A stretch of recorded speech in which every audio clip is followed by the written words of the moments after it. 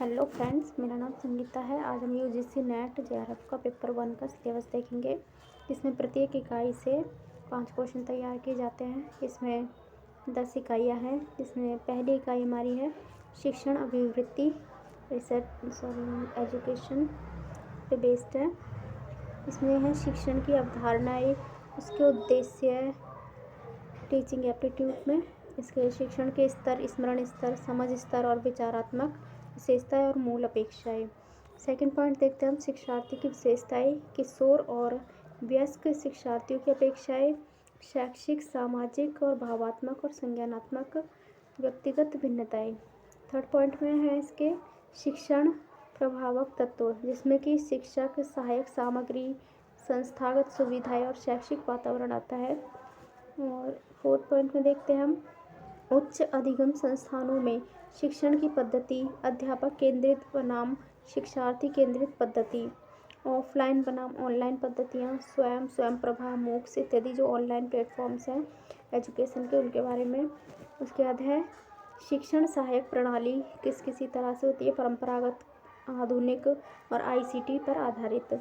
फिर मूल्यांकन की प्रणालियाँ देखते हैं, मूल्यांकन के तत्व और उसके प्रकार, उच्च शिक्षा में विकल्प आधारित क्रेडिट प्रणाली में मूल्यांकन, कंप्यूटर आधारित परीक्षा मूल्यांकन पद्धतियों में नवाचार। सेकंड देखते हैं शोध अभिवृत्ति या रिसर्च एप्टीट्यूड जिसे कहते हैं, सेकंड इकाई है ये। इसमें शोध का अर्थ, प्रकार, विशेषताएं, प्रत्यक्षवाद, पोस्ट पॉजिटिविज्म, उत्तर प्रत्यक्षवाद, इसके बारे में पूछा जाता है। शोध के उपागम है। इसके बाद है शोध पद्धतियाँ, प्रयोगात्मक, विवरणात्मक, ऐतिहासिक, गुणात्मक और मात्रात्मक। इसके बाद आते हैं शोध के चरण। इसके बाद है शोध प्रबंध एवं आलेख लेखन, फॉर्मेट और संदर्भ की शैली कैसी कैसी होती हैं, वो शैलियाँ बतानी है इसमें। शोध में आईसीटी का प्रयोग किस तरीके से किया जाता है और शोध की नैतिकता से प्रश्न बनते ही बनते हैं। सब में इकाइयों में से 5-5 प्रश्न बनेंगे। बोध, जिसमें कि कॉम्प्रिहेंशन आता है आपका, एक कॉम्प्रिहेंशन दिया जाएगा जिनसे आपको उत्तर देने होंगे। उसके बाद इकाई 4 में संप्रेक्षण है, कम्युनिकेशंस।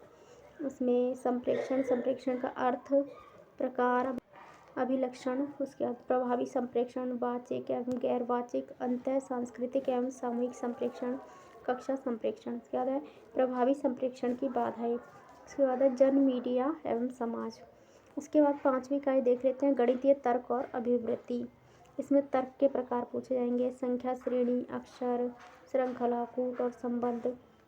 उसके बाद गणितीय अभिवृत्ति, अंश, समय, दूरी, अनुपात, समानुपात, प्रतिशत, लाभ, हानि, ब्याज और छूट, औसत, ये सब लॉजिक उसमें आ जाएगा, मैथमेटिक लॉजिक में। उसके बाद है यूनिट 6 युक्ति युक्त तर्क, लॉजिकल रीजनिंग, युक्ति के ढांचों का बोध, युक्ति के रूप, निरूपाधिक तर्क, वाक्य का ढांचा, अवस्था और आकृति, औपचारिक एवं अनौपचारिक युक्ति दोष, भाषा का प्रयोग, शब्दों का लक्ष्यार्थ एवं वत्सवार्थ, विरोध का परंपरागत वर्ग। उसके बाद युक्ति के प्रकार, निगमनात्मक और आगमनात्मक युक्तियों का मूल्यांकन और विशिष्टीकरण, अनुरूपताएं। उसके बाद वेन आरेख आता है, तर्क की वैधता सुनिश्चित करने के लिए वेन आरेख का सरल और बहुप्रयोग। उसके बाद भारतीय तर्कशास्त्र ज्ञान के साधन। उसके बाद प्रमाण, प्रत्यक्ष, अनुमान, उपमान, शब्द, अर्थापत्ति, अनुपलब्धि। उसके बाद अनुमान की संरचना, प्रकार, व्याप्ति, हेतुवाद। उसके बाद इकाई 7 में आंकड़ों की व्याख्या।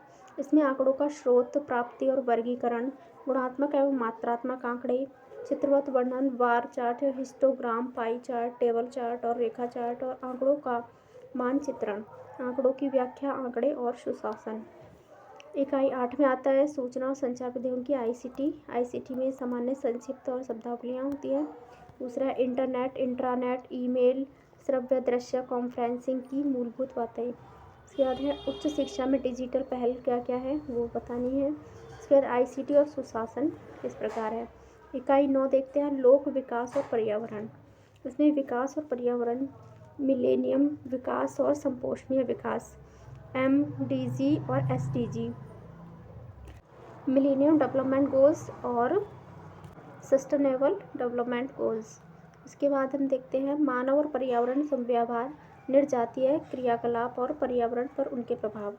पर्यावरणिक मुद्दे स्थानीय, क्षेत्रीय और वैश्विक। वायु प्रदूषण, जल प्रदूषण, मृदा प्रदूषण, ध्वनि प्रदूषण, अपशिष्ट जिसमें ठोस, तरल, बायोमेडिकल, जोखिमपूर्ण इलेक्ट्रॉनिक जो भी प्रदूषण होता है हमारा पॉल्यूशन, इसके बारे में। उसके बाद जलवायु परिवर्तन और इसके सामाजिक, आर्थिक तथा राजनीतिक आयाम। इसके बाद देखते हैं हम मानव स्वास्थ्य पर प्रदूषकों का क्या प्रभाव पड़ता है, उसके बारे में है। उसके बाद प्रकृति और ऊर्जा के स्रोत क्या क्या हैं, सौर ऊर्जा, पवन ऊर्जा, मृदा, जल, भूताप, बायोमास, नाभिकीय और वन। प्राकृतिक जोखिम और आपदाएं देखते हैं, न्यूनीकरण की युक्तियां हैं। उसके बाद पर्यावरण का संरक्षण अधिनियम 1986, जलवायु परिवर्तन संबंधी राष्ट्रीय कार्य योजना। उसके बाद अंतर्राष्ट्रीय समझौते, प्रयास में मॉन्ट्रियल प्रोटोकॉल, रियो सम्मेलन, जैव विविधता सम्मेलन, क्योटो प्रोटोकॉल, पेरिस समझौता, अंतर्राष्ट्रीय और सौर संधि। उसके बाद इकाई 10 पढ़ते हैं हम, जिसमें कि यूनिट 10 में उच्च शिक्षा प्रणाली है। इसमें उच्च अधिगम संस्थाएं और प्राचीन भारत में शिक्षा। उसके स्वतंत्रता के बाद भारत में उच्च अधिगम और शोध का उद्भव। उसके बाद भारत में प्राच्य, पारंपरिक और गैर पारंपरिक अधिगम कार्यक्रम। उसके बाद व्यावसायिक, तकनीकी और कौशल आधारित शिक्षा। उसके बाद मूल्य शिक्षा और पर्यावरण परक शिक्षा, फिर नीतियाँ, सुशासन और राजनीतिक और प्रशासन। अब इसमें ये बताया गया है कि प्रत्येक यूनिट से, मॉड्यूल से 2-2 अंक वाले 5 प्रश्न तैयार किए जाएंगे। ये दृष्टिवान ये ग्राफ चित्र ये अदर से दृष्टिबाधित परीक्षार्थियों के लिए ही बताया गया आगे, तो आप देख सकते हैं। धन्यवाद। चैनल को लाइक शेयर सब्सक्राइब जरूर करें, और फर्स्ट पेपर भी पढ़ाने को कहो तो मैं पढ़ा दूँगी। धन्यवाद। और वैसे हिंदी का पेपर मैं पढ़ा रही हूँ अपने यूट्यूब चैनल पे, तो चैनल को प्रमोट करने के लिए लाइक शेयर सब्सक्राइब जरूर करें। धन्यवाद।